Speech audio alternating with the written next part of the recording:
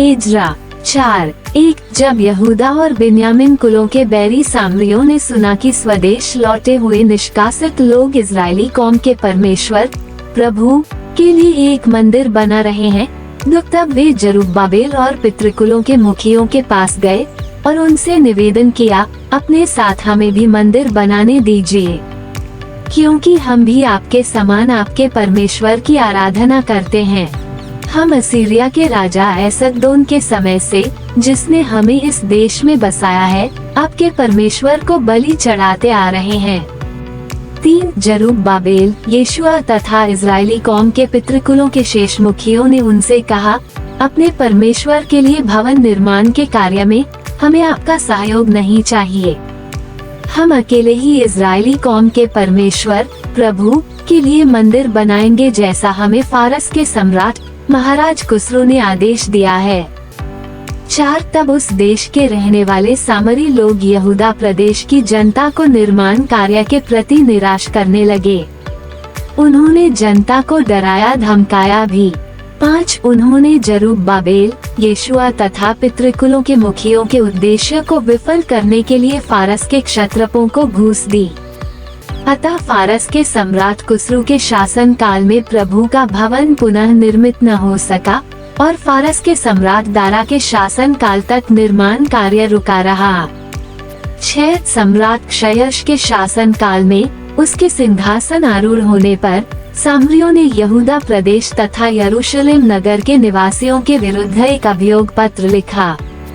7 फारस के सम्राट अर्थक्षत्र प्रथम के शासन काल में बिशलाम, मित्रदात और ताबेल तथा उनके सहयोगियों ने राजा अर्थक्षत्र को अभियोग पत्र लिखा।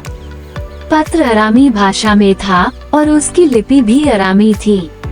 8 वस्तुतः यरूशलेम के विरुद्ध ये पत्र सम्राट अर्थक्षत्र को राजमंत्री रहूम ने लिखवाया था और लिपिक शिमशई ने उसको लिखा था।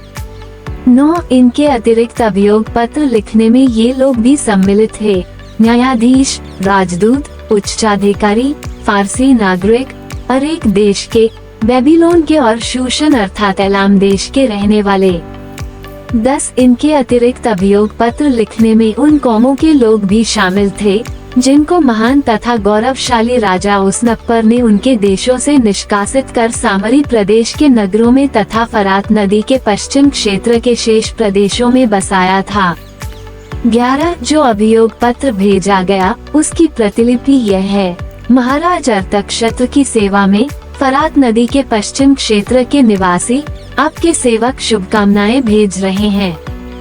12 महाराज को यह मालूम हो कि जो यहूदी आपके देश से हमारी ओर आए थे वे यरूशलेम नगर को चले गए हैं और वे उस विद्रोही तथा दुष्ट नगर का पुनर्निर्माण कर रहे हैं। वे नींवें खोद चुके हैं और शहरपनाह की दीवारें खड़ी होने लगी हैं। 13 महाराज को मालूम हो कि यदि यह नगर पुनः निर्मित हो जाएगा और शहरपनाह की दीवारें फिर खड़ी हो जाएंगी तो ये यहूदी महाराज को उपहार, कर और चुंगी न देंगे। इससे राजस्व की हानि होगी।